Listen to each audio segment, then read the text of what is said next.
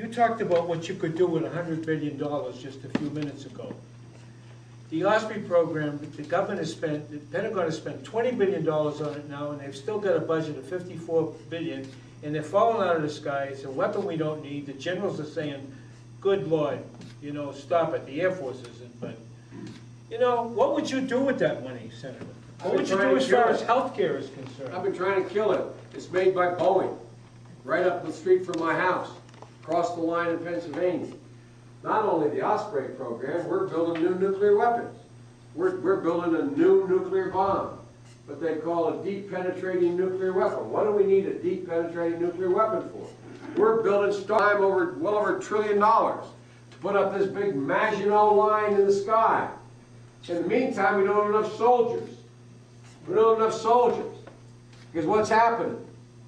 All those folks in the National Guard, maybe some of your sons, daughters, your family, they signed up to be available 6 months, and now they're losing their businesses, they're losing their jobs, they've been sent back 2 and 3 times. We got this backwards, the priorities. I could, as the President of the United States of America, I could save in the Pentagon budget based on the way I have voted for the last 30 years, just the last 5 years. I could save over the next 10 years $700 or $800 billion to cut out, to use it on useful things. We should have more facilities like this. We should be in a position where you should be able to, if you wanted to, stay in your home and have people come to your home to take care of you in your home. There's a lot of things we can do. A lot of things we can do. My dad used to have another expression. He'd say, if everything's equally important to you, nothing is important to you. What are your priorities?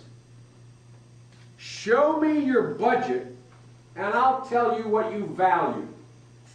Show me your budget and I'll tell you. Don't tell me you value taking care of the elderly or health care for children and you don't have enough money to pay for it, but you have enough money to give an $85 billion a year tax break to people whose average income is $1,400,000. I'll tell you what you value.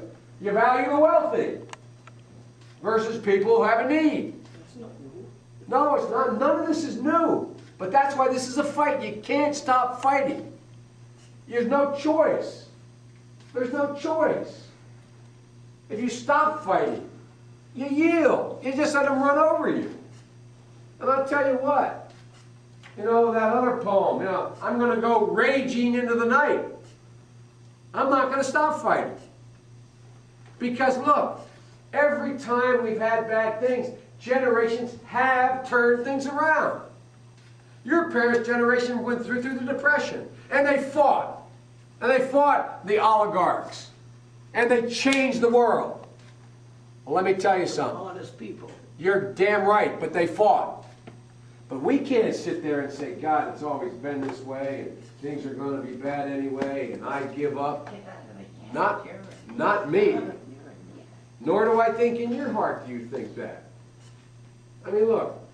Anyway, but there's a lot of waste, but it's not so much waste.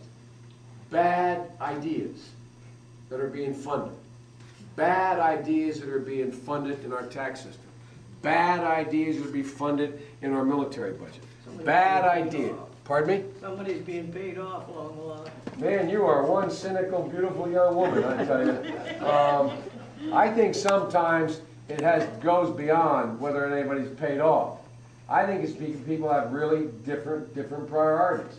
I think they really do think that if you do some of these things, that somehow the country's getting better. I think there's a lot of people out there who think average people like us aren't very smart, so should give the really wealthy people more money because they can take care of us. Look, I just think, Don't drink it. well, at any rate, you ought to run, man.